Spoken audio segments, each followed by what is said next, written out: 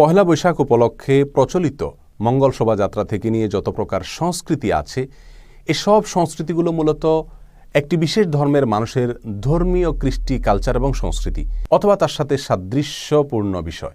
আরেকজন মুসলমানের জন্য অন্য কোনো ধর্মের মানুষের ধর্মীয় কৃষ্টি, কালচার, সংস্কৃতিকে অথবা তার সাথে সাদৃশ্যপূর্ণ কোনো কিছুকে গ্রহণ করা কোনো অবস্থাতেই জায়েজ নাই। রাসূল করিম সাল্লাল্লাহু আলাইহি ওয়াসাল্লাম পরিষ্কারভাবে জানিয়েছেন, মান তাশাব্বাহা বিকওমিন ফাহুয়া মিনহুম।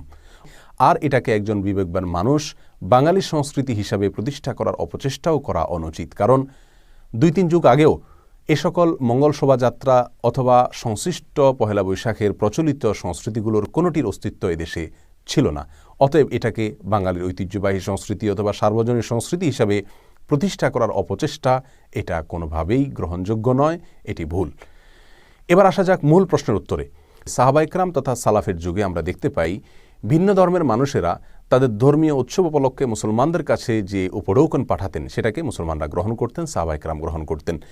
ইমাম ইবনে তাইমিয়া রাহিমাহুল্লাহ এই প্রসঙ্গে আলী ইবনে আবি তালেব রাদিয়াল্লাহু তাআলা আনহুর একটি ঘটনা উল্লেখ করতে গিয়ে বলেছেন যে তিনি নাইরুজ উপলক্ষে তাদের পাঠানো উপঢৌকনকে তিনি গ্রহণ করেছেন। ইবনে আবি শাইবায় আম্মাজান আয়েশা রাদিয়াল্লাহু তাআলা থেকে বর্ণিত হয়েছে, তার কাছে একজন মহিলা এসে জানতে চেয়েছেন যে তাদের কোনো একজন অগ্নিপূজক, দুগ্ধদানকারিণী মহিলা আছেন, যিনি তার ধর্মীয় উৎসব উপলক্ষে তাদেরকে উপঢৌকন দিয়ে থাকেন, হাদিয়া পাঠিয়ে থাকেন, সেটা তিনি গ্রহণ করবেন কিনা। এ প্রসঙ্গে আয়েশা রাদিয়াল্লাহু তাআলা আনহা তাকে যে নির্দেশনা দিয়েছিলেন তা ছিল এরকম যে তোমরা তাদের পাঠানো ফলমূল এগুলোকে গ্রহণ করবে। এই দিন উপলক্ষে তারা যে পশু জবাই করেছে সেগুলোর গোশত বা খাবার ইত্যাদি গ্রহণ করবে না, কারণ তারা আল্লাহর নাম ছাড়া অন্য কারোর নামে পশু জবাই করবে, সেটাই স্বাভাবিক। আর আল্লাহর নাম ছাড়া অন্য কারোর নামে জবাইকৃত পশুর গোশত খাওয়া মুসলমানের জন্য জায়েজ নেই, কোরআনে নিষেধ আছে।